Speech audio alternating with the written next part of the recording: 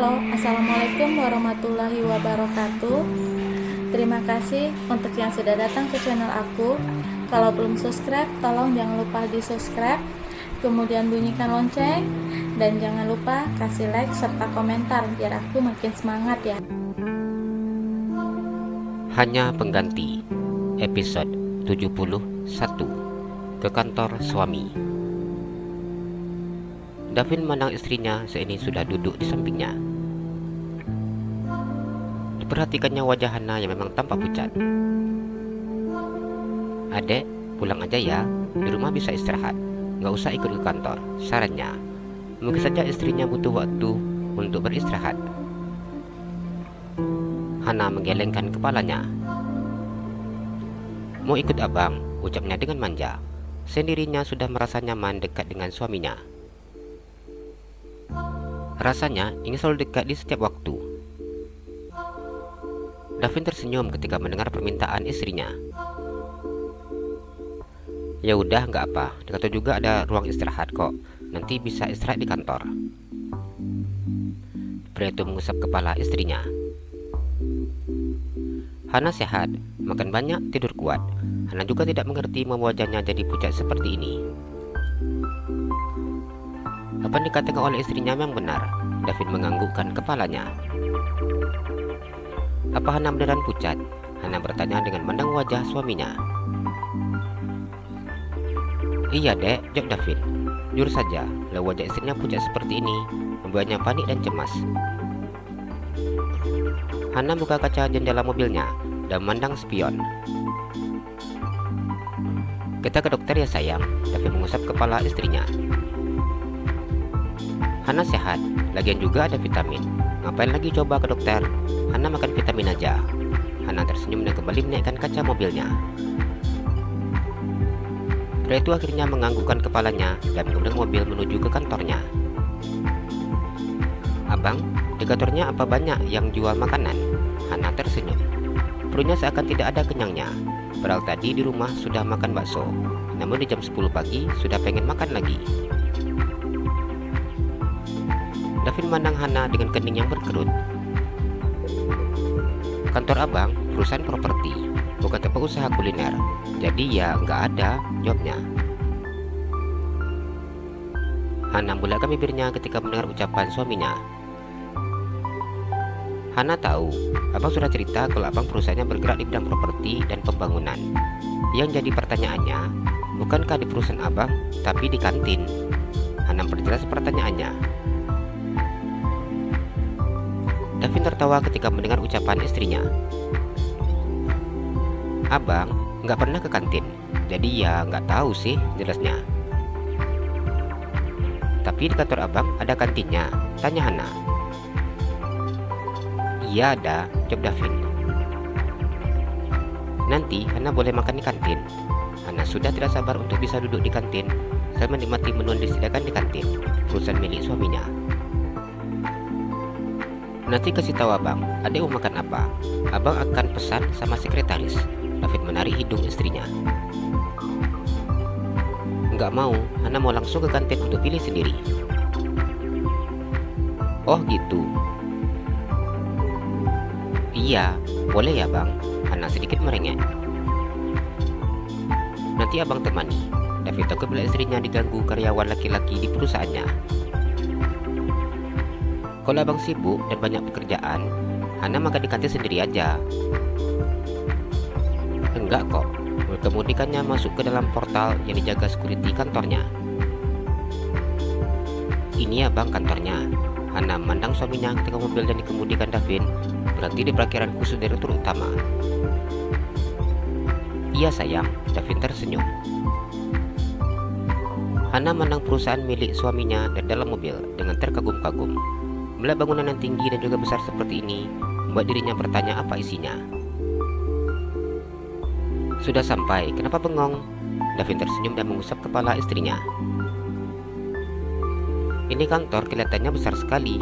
Berapa lantai ya bang?" Hana memandang gedung besar dan tinggi di depannya. "Lebih dari 13 lantai." Senyum mengembang di bibirnya ketika mengingat cerita angka 13 istrinya. Mulut Hana membulat ketika mendengar ucapan suaminya.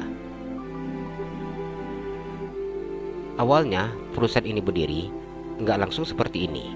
Mulanya abang ngontrak bangunan. Papa menuntut abang untuk bisa mandiri.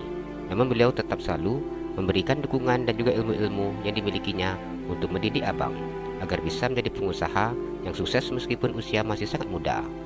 Pada saat itu, abang mulai bergerak mencari perusahaan yang mau bekerja sama dengan perusahaan abang, memberikan berbagai macam konsep yang berbeda dari perusahaan yang dimiliki orang lain. Rasanya sungguh sangat luar biasa ketika proyek demi proyek berhasil didapat. Bahkan abang tidak pernah menyangka proyek besar gold di perusahaan yang baru berdiri.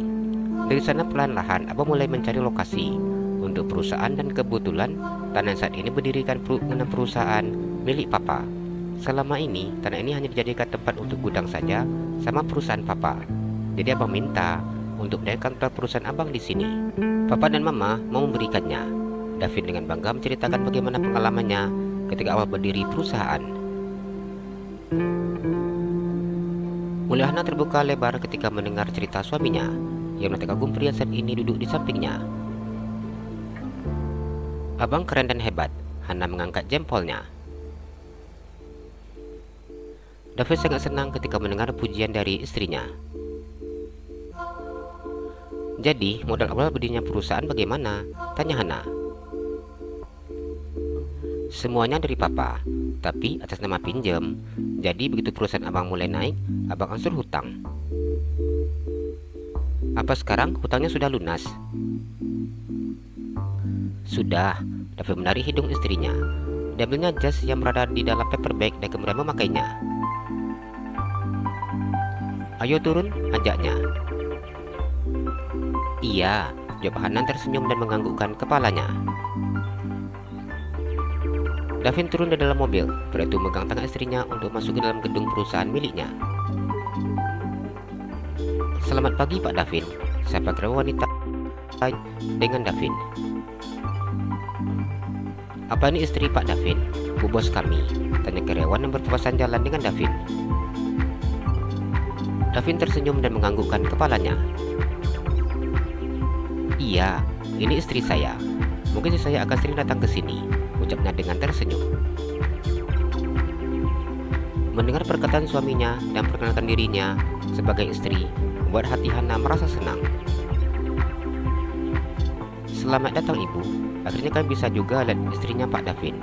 Waktu pas acara pernikahan, saya lihat orangnya sangat cantik sekali. Kira cuma make up aja, tapi ternyata memang beneran cantik, puji karyawan tersebut. Tentu saja, istri saya sangat cantik dan masih muda.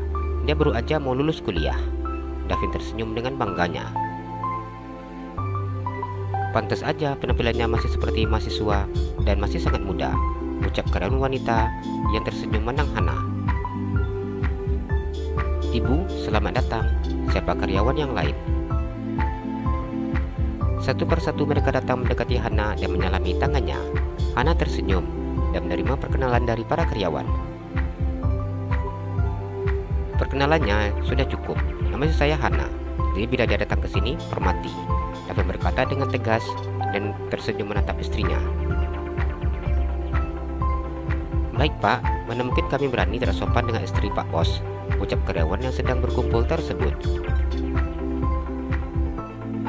Hana tersenyum ketika melihat karyawan suaminya begitu sangat ramah kepadanya. Dirinya tidak menyangka bahwa akan disambut seperti ini, dan suaminya tidak malu perkenalan dirinya sebagai istri. Lanjutkan pekerjaan kalian, saya akan ke ruangan. Baik Pak Bos, jawab karyawannya. Mereka yang sedang berkumpul membubarkan diri bubar. Hana masuk ke dalam lift, dengan tombol yang ada di dinding lift.